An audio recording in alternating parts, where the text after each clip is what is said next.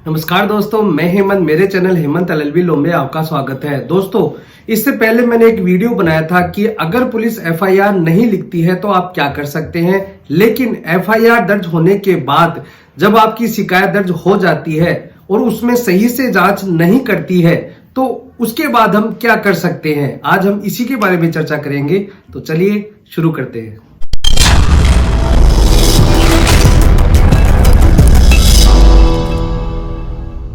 मैं आपको एक बात बता दूं कि इस कोरोना काल में जितने भी पुलिस ऑफिसर हैं, मैं उनका सम्मान करता हूं और जितने भी पुलिस ऑफिसर हैं उनका काम बहुत ही सराहनीय है। लेकिन कई डिपार्टमेंट में अच्छे अधिकारी भी होते हैं और बुरे अधिकारी भी होते हैं। कई अधिकारी तो सही से जांच करके उन मुलजिमों को सलाखों के पीछे जेल में भेज देते हैं और कई पुलिस अधिकारी ऐसे हैं जो भ्रष्टतम तरीकों से काम करते हैं। मैं यहाँ पर सभी पुलिस ऑफिसर को भ्रष्ट नहीं बता रहा हूँ, लेकिन जो भ्रष्ट है वह भ्रष्टतम तरीकों से कार्य करते हैं और सही से जांच भी नहीं करते हैं। ऐसी स्थिति में हम क्या कर सकते हैं? सबसे पहले तो यह है कि अगर किसी पुलिस अधिकारी ने आपकी रिपोर्ट दर्ज कर ली है और सही से जांच नहीं कर रही है, जिसके कारण चार्जशीट पेश नहीं हो पा रही है या चालान नहीं बन पा रहा है या किसी दोषी व्यक्ति को पुलिस बचा रही है, अगर ऐसा आपके साथ होता है और इन्वेस्टिगेशन के लिए आपका मामला पुलिस के पास आता है तो सीआरपीसी 172 यानी 172 यह कहती है कि पुलिस को एक डायरी रखनी होगी और उसमें सभी बातें मेंशन करनी होगी। उसमें पुलिस यह लिखती है कि जब से लेकर जब इन्वेस्टिगेशन किया जाता है और लास्ट तक जब इन्वेस्टिगेशन पूरा होता है, उसमें सारी बातें पुलिस मेंशन करती है कि पुलिस इतनी बजे थाने से लेकर अगले के घर पे कितने बजे गई या फिर अगले को कितने बजे गिरफ्तार किया, कहां से गिरफ्तार किया, किसके सामने गिरफ्तार किया, गिरफ्तार करने के वक्त कितने आदमी थे, कितने पुलिस वाले थे।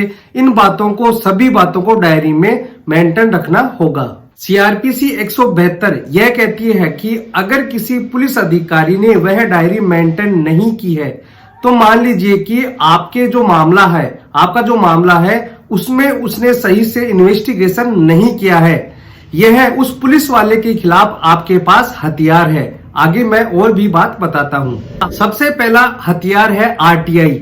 अगर कोई भी पुलिस वाला आपके मामले की सही से जांच नहीं कर रहा है तो आप अपने जगह के डीएसपी या एसपी को आरटीआई के तहत सूचना ले सकते हैं कि आप अपने मामले में क्या जानना चाहते हैं और कहां तक इन्वेस्टिगेशन हुआ है, इसके बारे में आप जान सकते हैं। सबसे पहले तो मैं आपको यह बता देता हूं कि आरटीआई क्या होता है। आरटीआई होता है राइट टू इंफॉर्मेशन। कहने का मतलब यह है कि अगर आपको किसी सरकारी कागज या फिर सरकारी रिकॉर्ड की जानकारी लेनी है तो आप आरटीआई के तहत वह सूचना प्राप्त कर सकते हैं।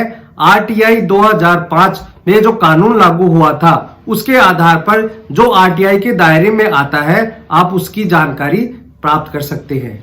इससे यह होगा कि उस पुलिस अधिकारी के मन में डर होगा क्योंकि आप कानूनी रूप से अपने मामले की सूचना मांग रहे हैं, इसलिए वह डरते हुए आपके मामले में सही से जांच करेगा और आपको जानकारी भी मिल जाएगी और आपको यह भी पता लग जाएगा कि आपके मामले की कहां तक प्रगति हुई और कहां तक नहीं हुई।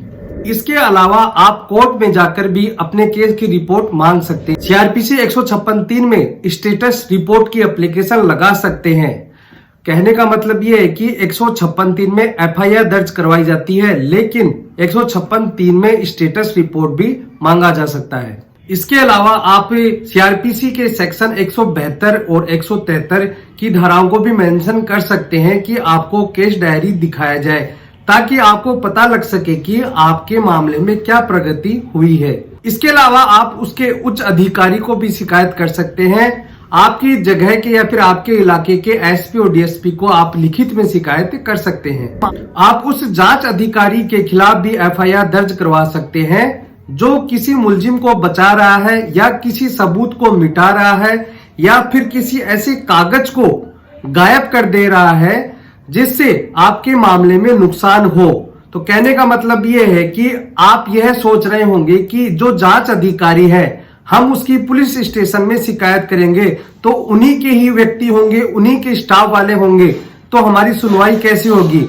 इसके लिए आप कोर्ट में जाकर भी एफआईआर दर्ज करवा सकते हैं। इसके लिए हम आईपीसी की धारा 166 और 167 में उस जांच अधिकारी या फिर उस पुलिस ऑफिसर के खिलाफ एफआईआर दर्ज करवा सकते हैं। आईपीसी 166 में गलत तरीके से अपनी ड्यूटी करने और आईपीसी 167 में किसी गलत दस्तावेज को बनाने के लिए हम उस पर एफआईआर दर्ज करवा सकते हैं। आईपीसी 166 में 1 साल की सजा का प्रावधान दिया गया है और आईपीसी 167 में 3 वर्ष की सजा का प्रावधान दिया गया है।